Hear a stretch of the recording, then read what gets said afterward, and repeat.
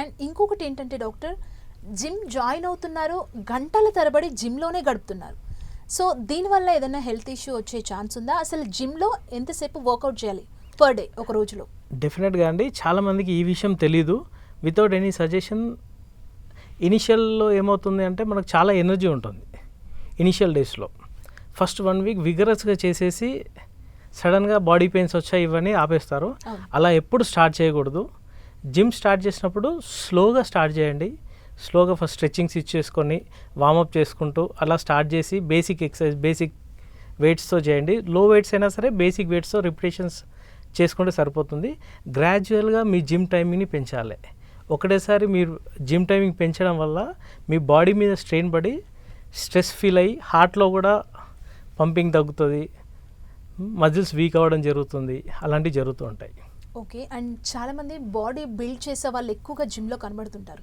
So ఇప్పుడు మనం చూస్తున్నాం, న్యూస్లో చూస్తున్నాం, చాలా చోట్ల చూస్తున్నాం, జిమ్ చేస్తూ చేస్తూ ఒక్కసారిగా కుప్పకూలిపోతున్నారు, స్ట్రోక్ వచ్చి స్పాట్లో చనిపోతున్న సిచ్యువేషన్స్ చూసాం. అంటే ఓవర్గా జిమ్ చేయడం వల్లనే ఇలాంటి అనార్థాలు జరుగుతున్నాయా? అంటే ఓన్లీ బాడీ బిల్డ్ చేసే వాళ్ళకి మాత్రమే ఇలా స్ట్రోక్స్ వస్తున్నాయా, లేదంటే నార్మల్ జిమ్ చేసే వాళ్ళలో కూడా ఇది మీరు చూసారా? లేదండి, చాలా స్ట్రోక్ రావడానికి చాలా కారణాలు ఉన్నాయి, వివిధ కారణాలు. అందులో ఒకటి చాలామంది బాడీ బిల్డర్స్కి లేదా వాళ్ళు ఎక్సర్సైజ్ చేస్తున్న టైంలో, బికాస్ వాళ్ళకు బ్లడ్ ప్రెషర్ ఉండొచ్చు, లో బ్లడ్ ప్రెషర్ ఉండొచ్చు, హై బ్లడ్ ప్రెషర్ ఉండొచ్చు, డయాబెటిక్ అయి ఉండొచ్చు, చాలా కారణాలు ఉంటాయి. ఆ ఎక్సర్సైజ్ చేస్తున్నప్పుడు బ్లడ్ పంపింగ్ అనేది పెరుగుతుంది బాడీలో. ఓకే. ఆ టైంలో ఈ హార్ట్ స్ట్రోక్స్, మన హార్ట్ అంత రిసీవ్ చేసుకున్నప్పుడు ఈ హార్ట్ స్ట్రోక్స్ అవన్నీ జరుగుతూ ఉంటాయి. కేవలం జిమ్ చేసేటప్పుడని కాదు, మేబీ దానికి వేరే కారణాలు కూడా ఉండొచ్చు. ఆ జిమ్ చేసే టైంలో అది బయటపడుతుంది. ఓకే.